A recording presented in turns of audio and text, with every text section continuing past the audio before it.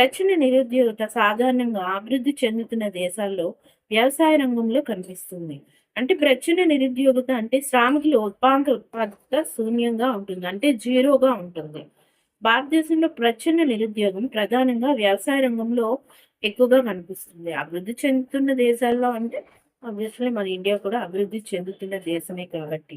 ప్రచురణ నిరుద్యోగత గురించి మొట్టమొదటిసారిగా ఆర్థర్ లూయిస్ మనకి చెప్పడం జరిగింది.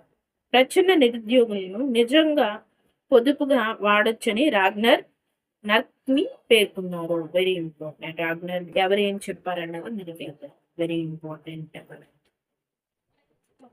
ప్రచురణ నిరుద్యోగులు ఉత్పాదకత కొన్ని సందర్భాల్లో శూన్యంగాను, రుణాత్మకంగాను ఉంటుందని శ్రీమతి జాన్ రాబిన్సన్ పేర్కొన్నారు. Very important.